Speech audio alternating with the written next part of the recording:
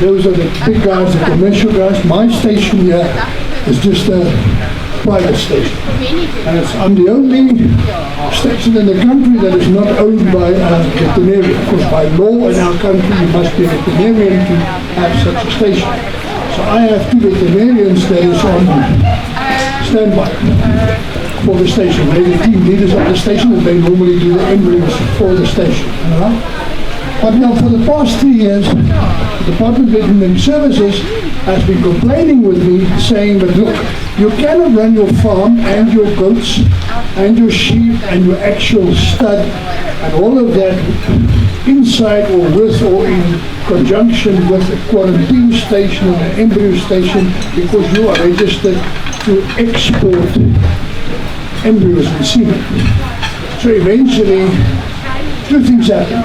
Because of this continuous drought that we had the past 2-3 years, I very much ran out of grazing here for the animals. So that was the one, or I suppose the major push, and then the push from the department. So middle of last year, I moved all of my ewes and some of the rams to my brother's farm, which is about 170 km from here next to the Vaal River. And in that marine area, there's lots of grazing for the animals. So most of my animals are there. What you're going to see here today is just some of the ducks that I have. Right, those animals are very, very expensive, and you just cannot go leave them out in the fields there, security-wise, for some people it happens so that people may walk onto your farm and decide this is something nice to eat, and you've lost your animal. So they shoot right under my bedroom window right here by me. One thing I forgot to do, I just want to introduce my team here. Over there, the guy that met me to the bus is Grant John Grant. He's sort of related to me, my sister's son, but he's more than my son, the nurse. He's been here for many, many years with me. He runs the station, he does the artificial insemination and all of that, and he is the first assistant to the doctors whenever the station is being in operation. Because we're being a private station, we don't have a continuous flow of embryos. It's only when I need it, because I do a lot of export for myself to Brazil, Argentina, and Guyana, and in South America. I believe South America is one of the last bastions that's still going to feed the world. So I try and establish as much of our genetics there as I can. The other person that is here holding the camera, Mark has been working here off and on weekends and holidays, and so he's a fourth year veterinarian. Currently looking for a girlfriend. So if anyone of you have been bothered by the camera or him, please tell me. I'll sort you. All right, and then the guy over here, Jaco van der Merwe, is one of the big Kalahari Red breeders of South Africa. I don't know if you know the difference between the Kalahari Red and the Boerbok. The Boerbok is the white animal with the red head. The Kalahari Red is the animal that is completely red. But they all come from exactly the same DNA, the same genetics. Is just some people like to breed the all red animal. There's been lots of stuff on the internet and so on of people that reckon the Kalahari Red is a completely different species with its own DNA and all of that. That's absolute nonsense. It is the exact same animal. But 25 years ago, there were just some people that decided they like these animals that throw a lot of red, and they just kept on breeding more until they had this full red animals. All right? And then, of course, my wife over here, Mariki, and if you want to know how you spell it, it is just Marie with a T-J-I-E at the end. It's a Dutch form in the old Dutch language. It means small Mariki. All right? The T means smaller. All right? Not that she's small. Okay. If you get her upset, she's much larger than me. Okay. All right. So what we will do, I'm going to show you the animals. Then we're going to go round it into the lab. Lab is very small. As I said, this is a very private setup. I'm going to try and take you through there as much as we can, but we will first have a look at the goats themselves. And from my side, just once again, thank you very, very much for the FFA people coming around here. I'm very, very glad that you also went to the Hoërskool Bronkhorstspruit and that agriculture department there. About 2-3 months ago, I was talking to him and I said, Henny, you've got to have these people to come and visit you. And I spoke to Marius and they said, oh, that's a nice idea. And I'm really glad that you enjoyed it. The moment you got on the bus to come here, Henny was on the phone to me and he said to me, it was just fantastic. So really from his side, he said, I'll say thank you to you all again. All right. Any questions? Why are you so quiet now? Nobody want to ask anything about goats or? How many head do you run? At the moment, as I said, I normally have close to 350 to 400 ewes, females, and normally about 14 to 17 big males of the different lines that we keep. All right, but at the moment, all of those are out on the farm. We moved them out on the farm, and for the past 2 years, I have not been breeding actual lambs. I've just been breeding embryos, just putting embryos into the can. At the moment, I have in the can there's over 1,000 embryos of absolutely top class animals, and I've just sent over 322. It's at Sao Paulo at the moment. And I believe all of those to be actual animals because they're 6 days old when they go into the freezing can. All right.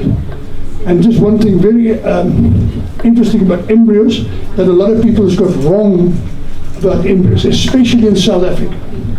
A lot of people think that embryos is going to make you rich or embryos is going to advance your herd very quickly and all of that. Not so. That in the actual embryo business, understand it a little bit better because you do not, or how can I say this, people like to take a very beautiful female animal and then a very nice looking or a very high quality male, and from that they make embryos. Yes, I agree, you can get very nice animals, but you can also get those duds. You can get those duds. If you really want to spend your money well, when you do embryos, is you want to duplicate a specific animal. If you see this very nice female or this very nice buck over there, and you would want more of that, then you go find the mother and the father of that buck. Then you make sense because making embryos is very, very expensive. And seeing that all of you are still going to go into the American agricultural market. One thing that, if I may say this, one thing that you are, as far as I'm concerned, doing wrong on the American side with breeding, especially goats, is people are chasing and breeding papers. If the animal doesn't have a paper, we cannot show it, we cannot register it, and this is a 75%, and that's a 95%, and this is a this, and this is a that. It doesn't exist. That is breeding on paper. Let me explain to you how it works in South Africa. An animal that is bred from a boer goat, immaterial of what the mother is, what the father is, who they are, the animal, female at the age of 8 months, male at the age of around 11 to 13 months, appears in front of 3 judges, of which Jaco here, Jaco was here, at the back there. Jaco is also one of our senior judges of the country. The animal appears before 3 judges. They decide this animal is or is not a stud animal.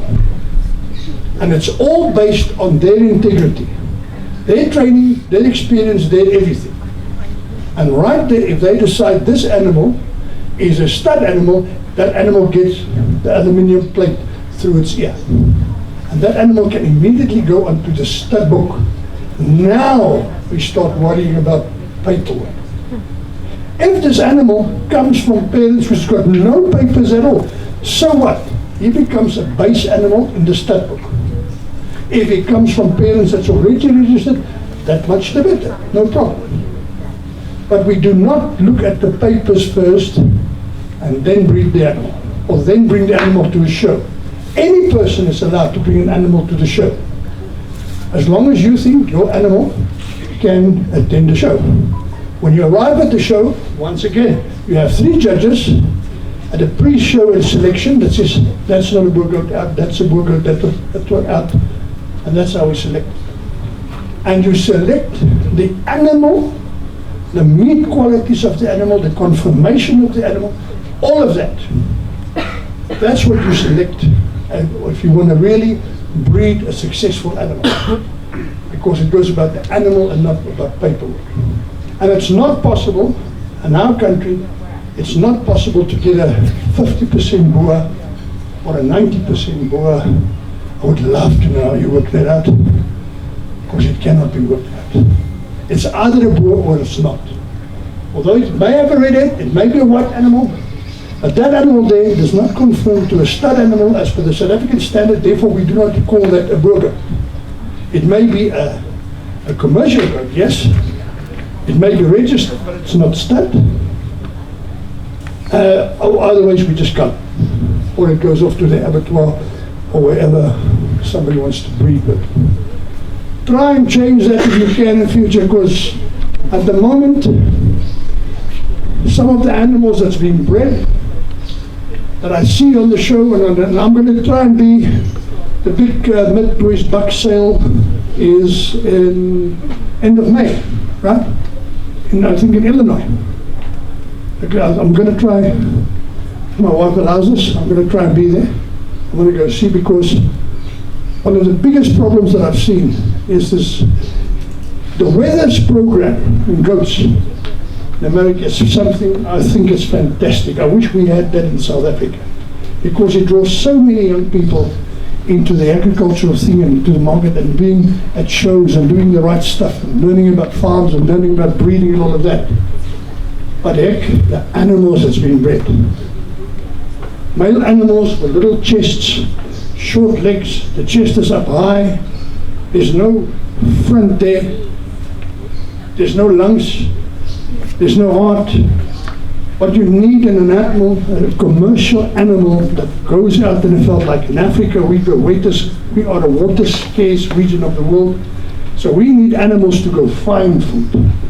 And the only way that an animals go find food, that car with the best carburetor or the best injection system and the best motor, that's the car that's going to go the furthest on the smallest amount of fuel. That's what you need in a goat. It must have a big chest, place for a heart, place for a lungs, place for an animal to be able to walk far. Who is actually involved with the goats, goat breeding, or breeding or anyway, animals, goats, sheep, goats, cattle, a lot of people, yeah, a lot of people. Okay, that's my story. Any questions? Yes, sir. So in my state, there's a selenium deficiency. Do you know what that is? Yes. Okay, do you have that same problem here? And if very much. If so, what do you do about it? Very much. Selenium, a few years ago, a lot of people believe just inject them, or just give them, injections, selenium injections. Yes, it's a help for a very short period.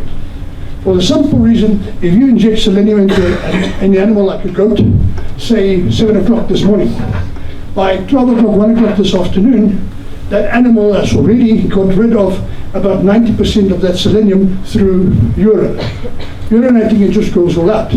Selenium, extremely important, especially in goat breeding and goats and all overall. South Africa's got the same problem. Our selenium background is extremely small, or little, but we don't actually have it.